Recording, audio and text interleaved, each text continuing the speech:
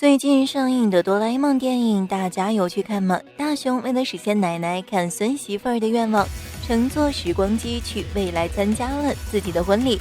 那么大雄的奶奶是什么时候许下这个愿望的呢？这天，大雄和哆啦 A 梦去回收站帮妈妈扔杂物，地方很远，他们累得气喘吁吁。就在大雄瘫在垃圾袋上休息时，他似乎摸到了一个熟悉的东西，于是赶紧把袋子里的东西全都倒了出来。果然，他发现了一只小熊玩具。这只小熊看起来脏兮兮的，还有缝补过的痕迹。可大雄说这是他小时候最喜欢的玩具，那些都是奶奶帮他缝的。只可惜他在大雄上幼儿园的时候就过世了。大雄拿出相册，翻看起奶奶的照片，看着看着，过去的回忆都涌了上来。大雄想奶奶了，他一开始还故作坚强地抹掉眼泪，但当哆啦 A 梦走过去安慰他时，他再也忍不住哭出了声。我还想跟奶奶再见一次面。他哭闹着想让哆啦 A 梦帮帮他，但哆啦 A 梦说这种事根本就是不可能的，冤死不能复生。大雄听后自顾自地要搭乘时光机回到过去。哆啦 A 梦起先不赞成这么做，因为他担心长大后的大雄忽然出现在奶奶面前会吓到奶奶，他年纪大了，要是害他跌倒怎么办？大雄天真的觉得跟奶奶解释清楚就好了。可哆啦 A 梦表示奶奶哪里能知道什么时光机呀？话虽这么说，但大雄实在是太想奶奶了。他跟哆啦 A 梦保证他会偷偷躲起来看，哆啦 A 梦拿他没办法，于是他们就回到了大雄3岁的那年。房子里的一切都跟记忆里的一模一样，大雄抑制不住兴奋地跑来跑去。哆啦 A 梦赶紧提醒他，咱们是来看奶奶的。不过他们东找西找也没有找到奶奶，他们还遇见了年轻时候的大雄妈，只不过被他赶了出去。然后他们遇见了3岁时的大雄，他抱着那个熟悉的小熊晃晃悠悠地走过来了。这孩子果然是从小傻到大的，没走几步路，不是小熊掉了，就是棒棒糖掉了。很快他就哭着跑开了，原来是胖虎和小夫抢走了他的糖。大雄立马冲上去，给了他们2人1人1记毛栗子。哆啦 A 梦过去把他拉走了。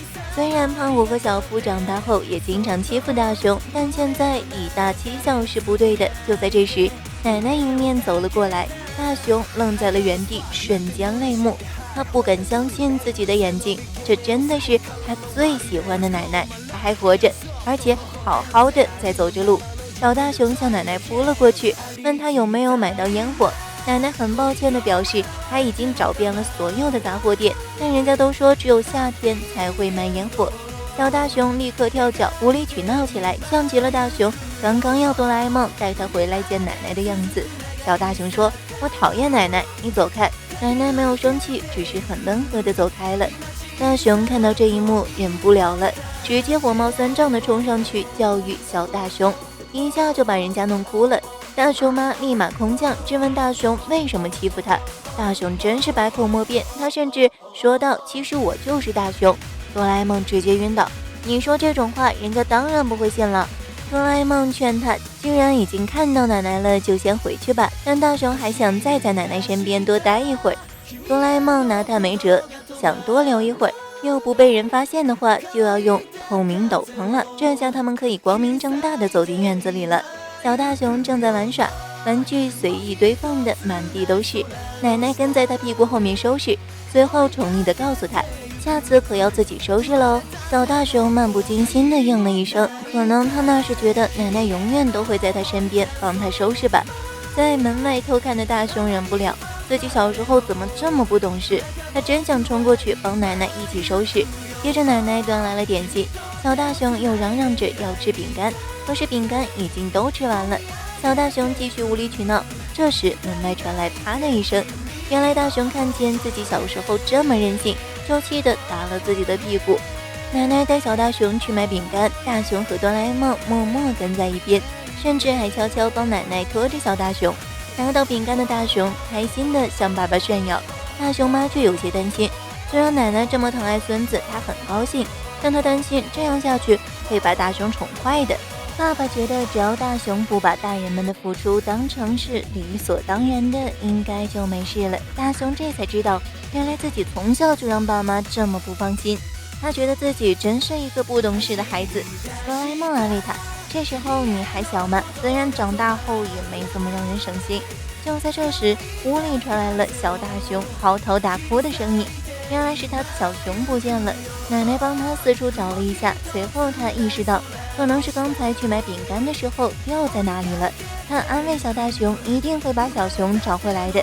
于是大熊决定先一步去帮奶奶把小熊找回来。